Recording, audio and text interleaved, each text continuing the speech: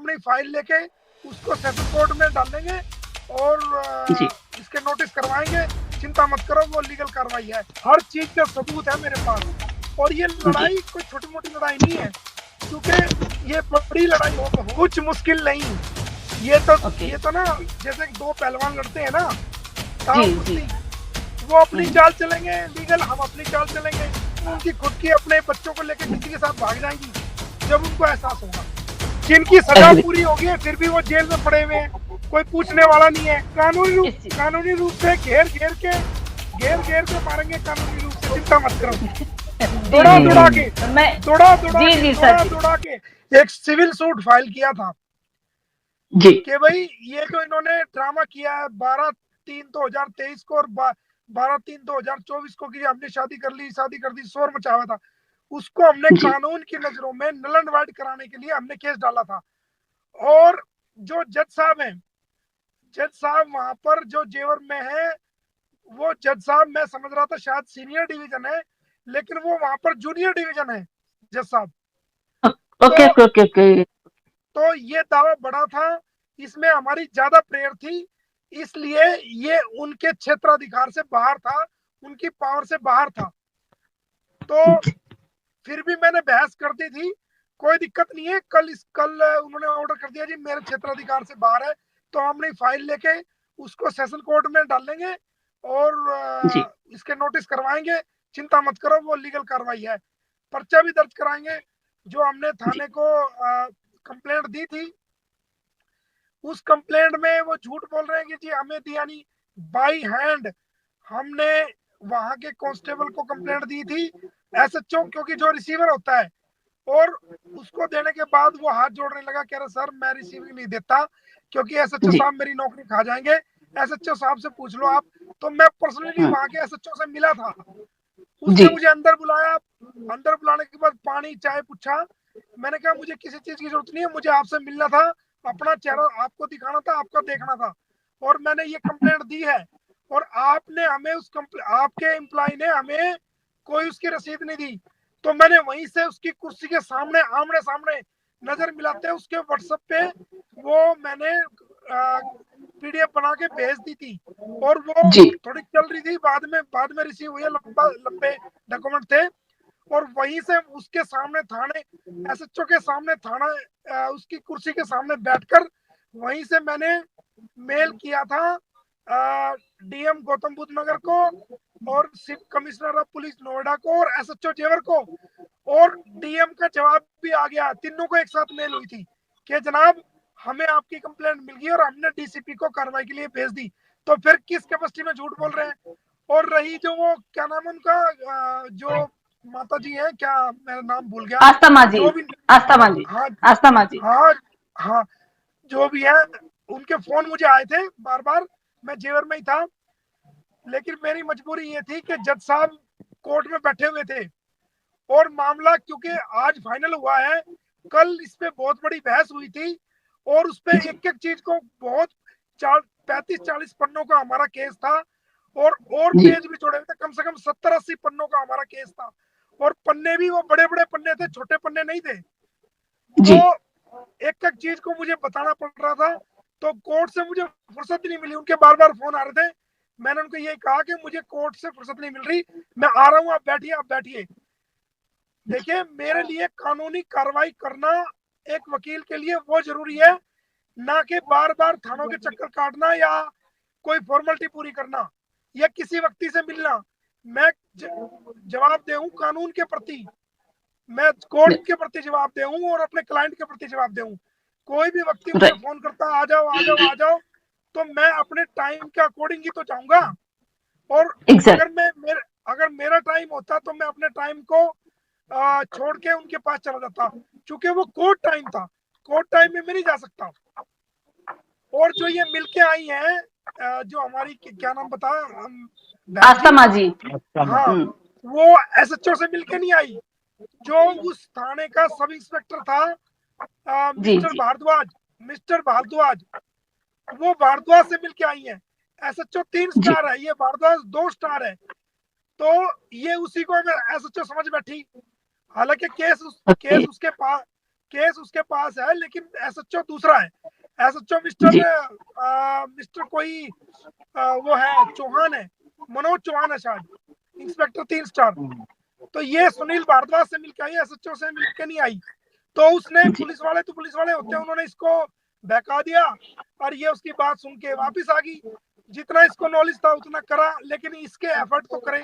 चलो हम करते हैं अप्रिशिएट, आपका अप्रिशिएशन है, बहुत अच्छी बात है, आपने एफर्ट करे। लेकिन कल में मुझे पता लग रहा, मुझे फोन आ रहा है कैसे बोल दिया, कैसे बोल दिया। मैंने कहा जो मर्जी बोलते रहो, मेरा काम है कानूनी कार्रवाई करना। और कानूनी कार्रवाई मुझे सब लोग पूछते हैं, आप भी पूछते हैं, जितने चैनल्स हैं वो भी पूछते हैं, सोशल मीडिया भी पूछती है, गुलाम हैदर भी पूछता है, अंसार वर्नी भी पूछते हैं, जो देश का बड़ा मीडिया वो भी पूछते हैं, आमजन भी पूछते हैं।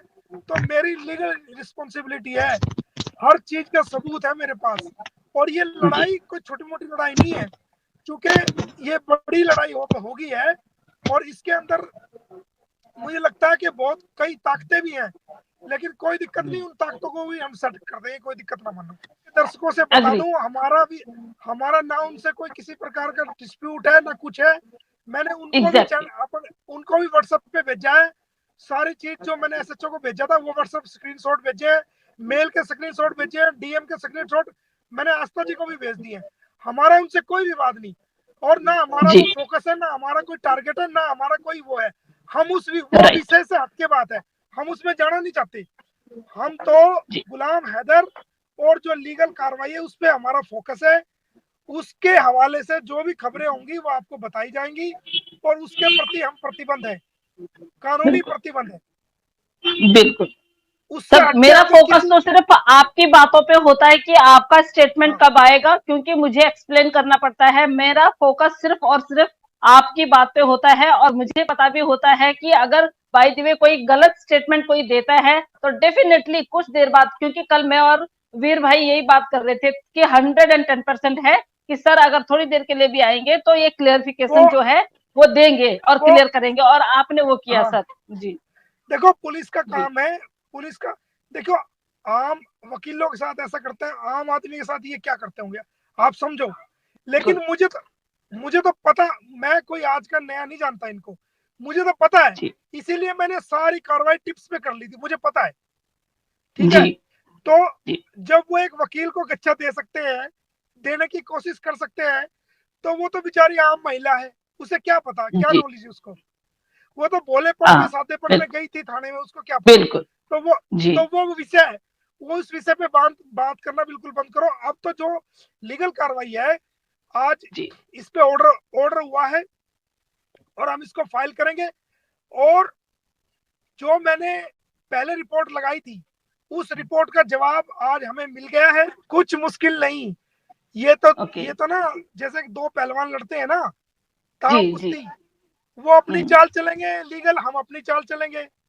वो इधर सर बहुत सारे लोगों की हमसे शिकायत है कि हम हैदर भाई के बच्चों को उनका हक दिलाने के लिए आवाज उठा रहे हैं, तो हम देश से गद्दारी कर रहे हैं। नहीं। तो सर गाली गलौज बहुत सारी दे रहे हैं और पर्सनली अटैक कर रहे हैं। नहीं, ऐसा है, जो लोग गाली दे रहे हैं ना, जिस दिन उनकी बीवी, उनके जितने बच्चे हो, उनको लेके किसी के साथ भागी ना, उस टाइम उनको वो गाली देना, पछताएंगे, रोएंगे से माथा पकड़ के। सवाल ये पाकिस्तान का नहीं, सवाल ये किसी दुश्मनी का उसका नहीं। हम तो इंसानियत के नाते एक पिता, चाहे वो पाकिस्तानी है, चाहे इंडियन है, चाहे कुछ कोई भी है, राइट। सरबजीत जो था, जो पाकिस्तान की जेल में था, जिसके लिए मैंने भी उसकी बहन के साथ मिलके बड़ी कोशिशें की हैं, उसके लिए देखिए पाकिस्तान से लोगों का बहुत बड़ा एक दल खड़ा हुआ था, अंसार वर्नी साहब खड़े हुए थे। तो ये तो मियाँ बीवी की लड़ाई का मसला है, ये कोई ऐसा मसला नहीं है। तो और ये बच्चों का मसला है, ये ह्यूमैनिटेरियन ग्राउंड पे है, तो इसमें कोई घबराने की बात नहीं। जो लोग बदतमीजी करते हैं, गालियां देते हैं, जिस दिन उनकी खुद की भागेंगी ना, उनके वो जाएंगे कहीं, जिस दिन उनकी खुद की अपने बच्चों को लेकर किसी के साथ भाग जाएंगी, जब उनको एहसास होगा। सर यही बात, जैसे मैं डे 1 से मैं हूँ यहाँ पे, तो सर गद्दारी का टैग लगा दिया गया। 30 करोड़ रुपए का लीगल नोटिस भेजूंगा, मुझे एक बार कंप्लीट भेज दो, वो मैं जानू मेरा काम है। देखिए जी जरूर जरूर। पाकिस्तान में भी बहुत सारे हमारे इंडियन कैदी जेलों के अंदर सड़ रहे हैं। बिल्कुल। तो अगर अगर अगर हमें उनको भारत में वापस लाना है, तो देखो हमें जो उनके लोग यहाँ पकड़े जाते हैं, जो गलती से आ गया, जैसे कि सीमा आ गई, या इस प्रकार के जो मुकदमे, छोटे मोटे मुकदमे, अगर हम आवाज नहीं उठाएंगे कानूनी रूप से, तो फिर हम अपने भारतीय कैदियों को कैसे लेके आएंगे वहां से, ये बताओ। Exactly exactly. जिनकी सजा पूरी होगी है फिर भी वो जेल में पड़े हुए हैं, कोई पूछने वाला नहीं है। तो हमें मौका ये मिला है कम से कम देश सेवा करने का, तो हमें तो करने दो। के नजरिए से देखते हुए ही लोगों को गाइडेंस दूंगी, लोगों को गाइड करूंगी, तो ये कितना आसान होने वाला है। कानूनी रूप से घेर घेर के मारेंगे, कानूनी रूप से, चिंता मत करो। दौड़ा दौड़ा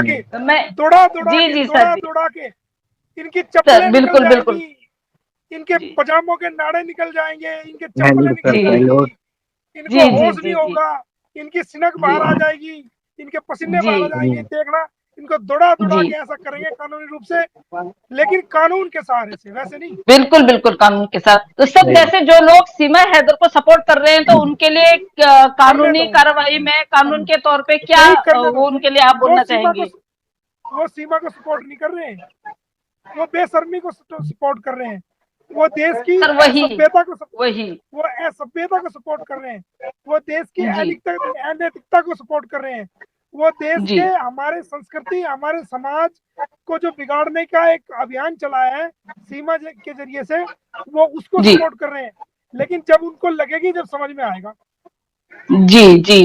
तो मतलब आपकी बातों से सर मुझे ये लगा कि मुझे जिस तरह से मैं खुल के बोल रही हूँ, मुझे खुल के इसी तरह बोलना चाहिए। जैसे लोग मेरा घर ढूंढ रहे हैं, मेरी भी फैमिली है सर, मेरी फैमिली को कई बोलते हैं कि भैया हम आपके घर पहुंच जाएंगे, आपके घर में धरना प्रदर्शन करना शुरू कर देंगे आपके। और मेरा सर 16 साल का कैरियर है सोशल वर्क करने का, उसके बावजूद भी मुझे इस तरह से धमकी दी जाती है, और अपने ही हिंदुस्तान के लोगों के द्वारा दी जाती है। तो सर इससे तो खैर मैं घबराती नहीं हूँ, बट हाँ मैं सबूत इकट्ठा कर लेती हूँ। जो लोग गलतफहमी के शिकार हैं, इस तरह बोलते हैं, वो एक दिन पछताएंगे। वही लोग आपको माला पहनाएंगे।